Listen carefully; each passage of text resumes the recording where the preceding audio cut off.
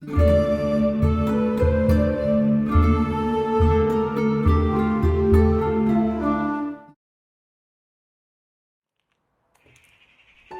summer days are upon us, the time of light, warmth, and growth.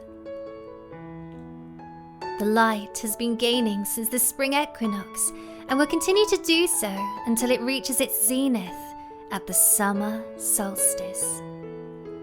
In honour of the gaining light and the solstice which will soon be upon us, I will be making 3 crafts to connect to the energies of the season.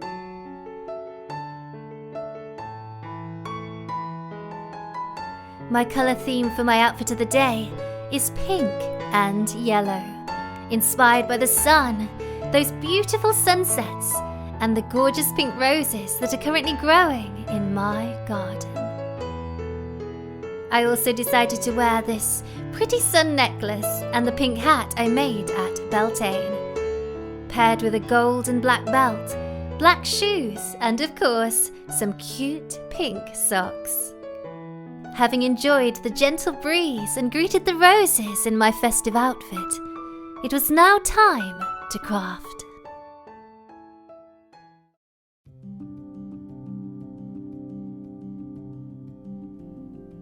First, I created a template by tracing a circle around my golden bowl onto paper.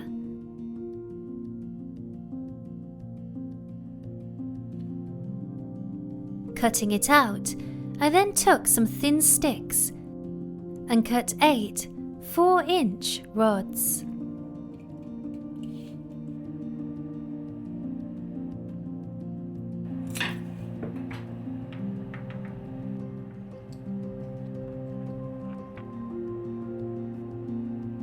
With this complete, I placed them around my circle template, creating 4 points to represent the sun's rays.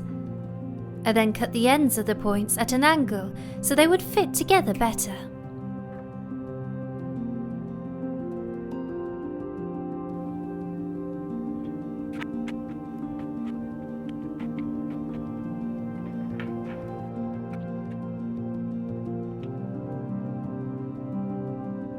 After gluing them all together, I then used the paper template to cut a circle of clay and attached the 4 wooden points to it.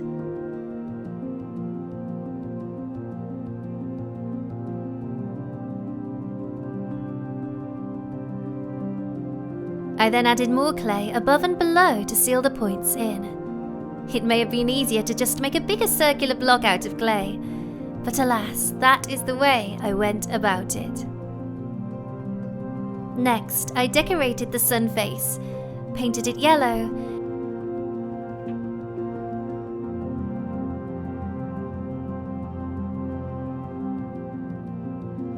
and then covered up the wooden seams with some brown paint too.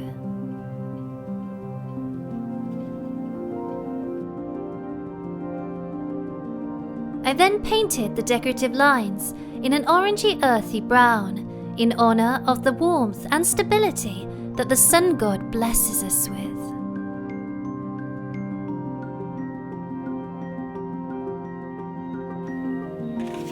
When my painting was dry, I turned it over and began to divide the circle into 8 parts to represent the wheel of the year.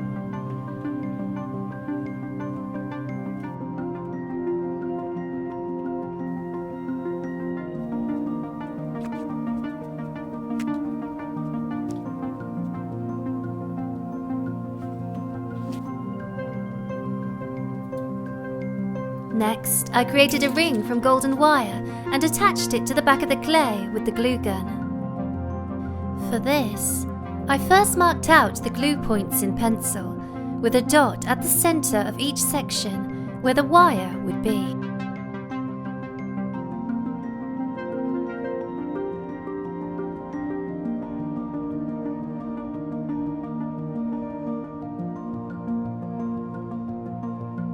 I measured and cut 12 3-inch golden ribbons and stuck 3 on each wooden point. These would represent the 12 months in the sun's yearly cycle, as well as the 12 2-hour ancient Chinese time periods in the sun's daily journey, which I often make use of in mine own magical workings.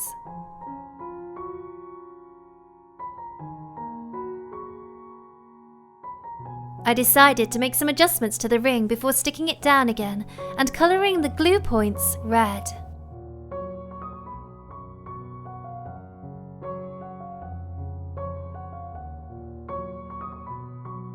I then chose 4 oak leaves to honour the Oak King, who is at the height of his power at this time.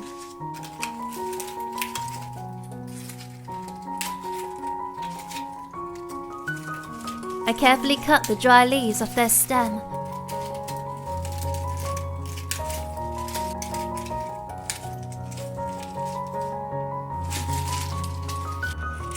And slotted them under the circular wire. I love that the Celtic name for oak is Dur, meaning doorway, and the solstice is a wonderful time to connect to that door as we move on into the waning phase of the wheel. And so, after my celebrations on the solstice, I would spend some quiet time in meditation, holding this newly made craft, acknowledging the sun's journey up to the solstice, honouring the Oak King in the height of his glory, and acknowledging that we are now crossing the threshold, entering the doorway into the waning part of the year, with the rebirth of the Holly King.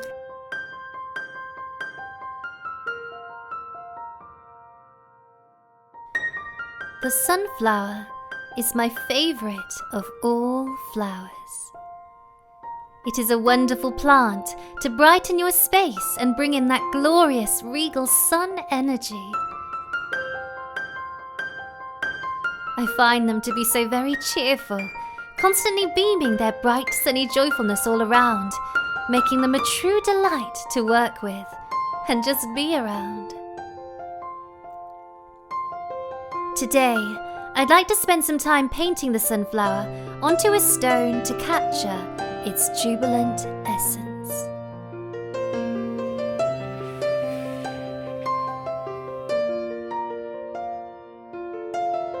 Sunflowers have a very long history as a magical plant.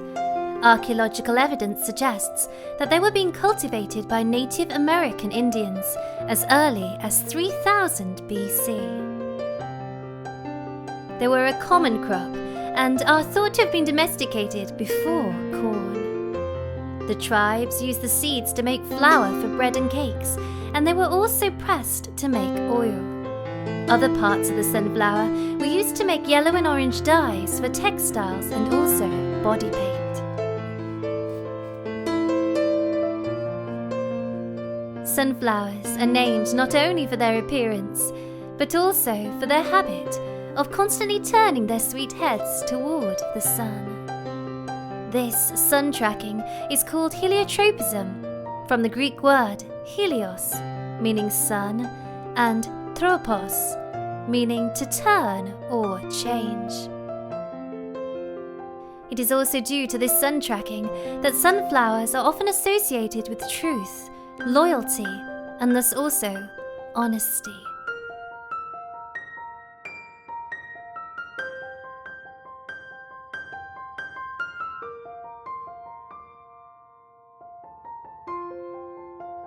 Sleeping with our finished sunstone under the pillow can bring the truth of something we want answered to us.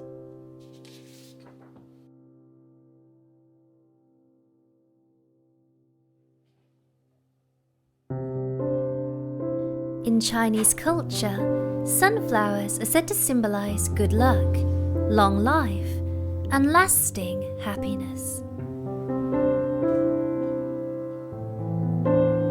To attract good health, one can make a sunflower charm from its seeds. For this charm, I prepared 12 sunflower seeds and 6 sparkling gems. It's better to choose larger sunflower seeds, as smaller ones will break more easily. I took my time as I carefully strung these together with yellow thread.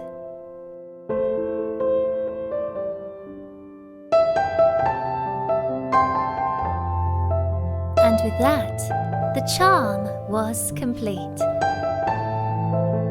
All that was left to do was to hang it above my bed before I sleep.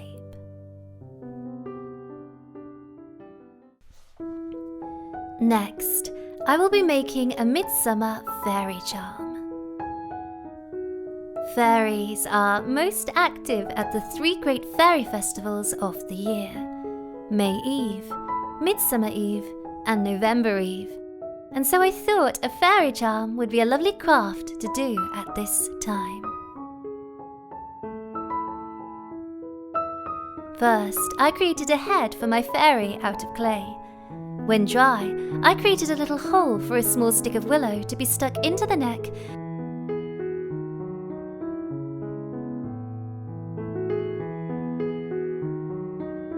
and then I went on to sew a ruffle of gold ribbon for her hair, which I simply attached to her head with some glue.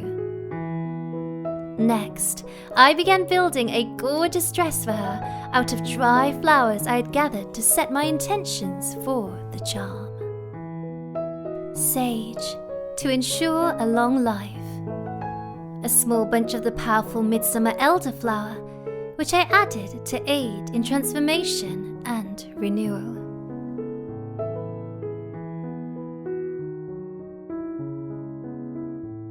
In British folklore, fairies love green and are often depicted in green.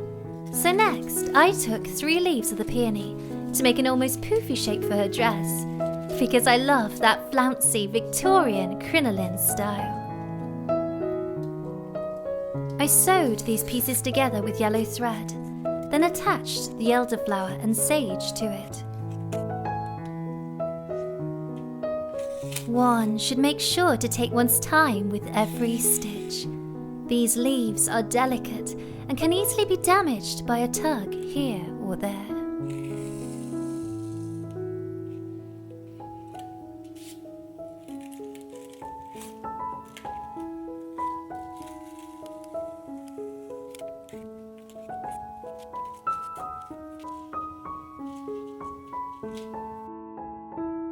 Next, I took 7 buttercups and threaded them through the stitches I made earlier to create a frilly top.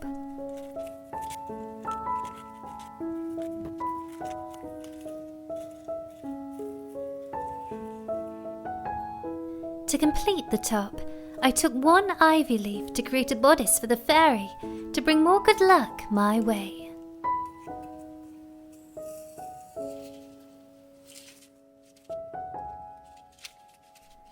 I then threaded the clay onto the back of the dress, adjusting the neck length. I prefer a longer neck to give her that regal royalty look. I forgot to paint the head first, so I carefully brought her to life with a bit of colour, giving her emerald eyes, peony pink lips, rosy cheeks, dark eyebrows, and luscious lashes. Now for the arms, which I created from the dried peony stalk I cut earlier. I placed this tightly under the buttercup bodice and glued it into place.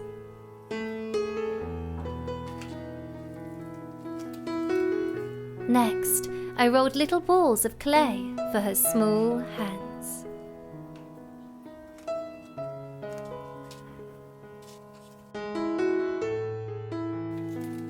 I then sewed on the peony petals for protection. Altogether, 4 petals for protection of the 4 quarters.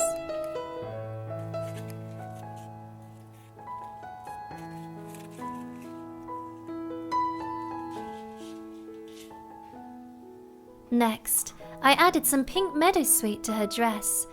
My choice of pink meadowsweet to cheer the heart and bring more love into my life.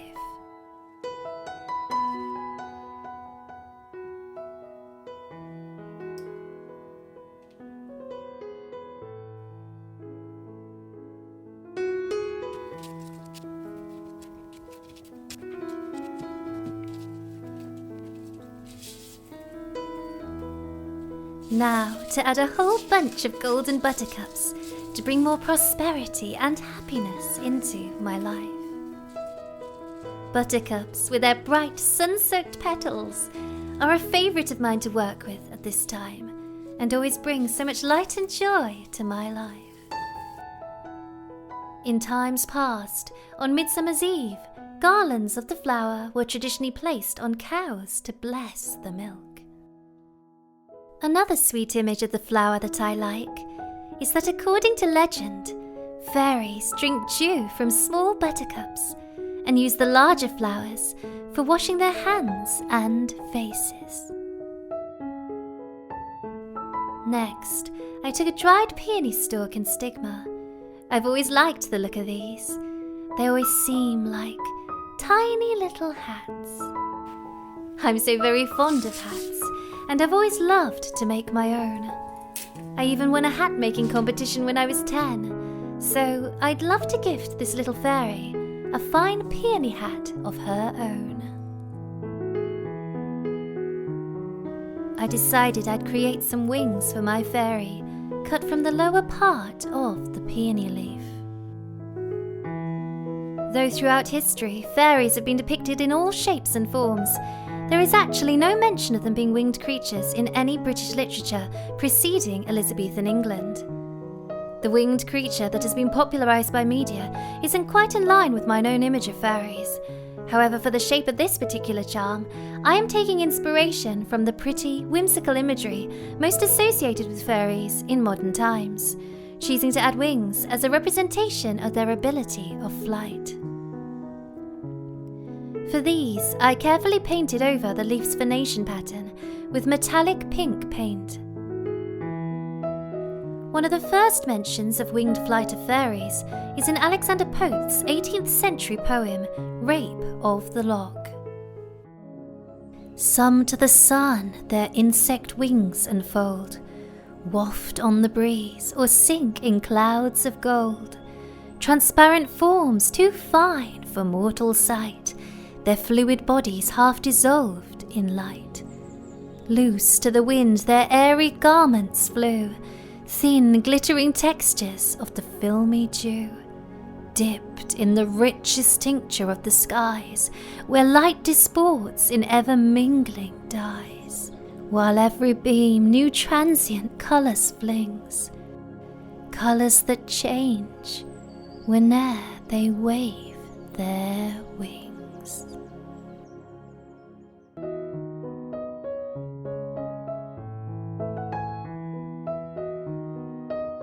The wings were complete, and with her hands now dry, I painted them peach before attaching the wings to her back.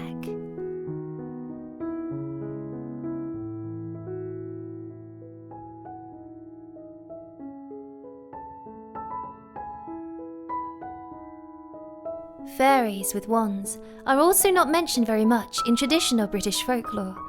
However, I do like the imagery of the wand and will again be using a dried peony stalk for this, with an addition of 3 ribbons, which of course are of the colours pink, green and gold.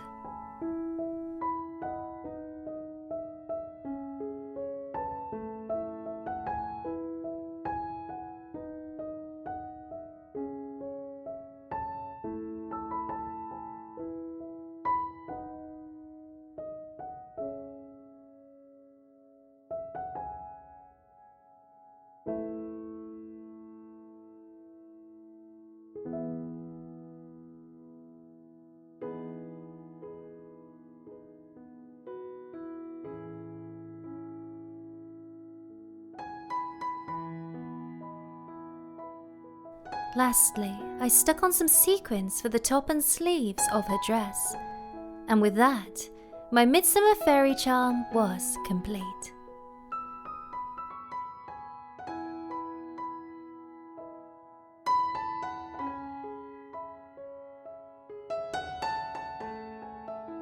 Speaking of fairies, there is an old fairy mushroom bird bath in my garden that has been broken for a few years. I'm not great at fixing things like this. I don't really know what I'm doing, but I thought I could just seal up the hole, add some clay, and paint it so it can be used as an offering bowl in my garden.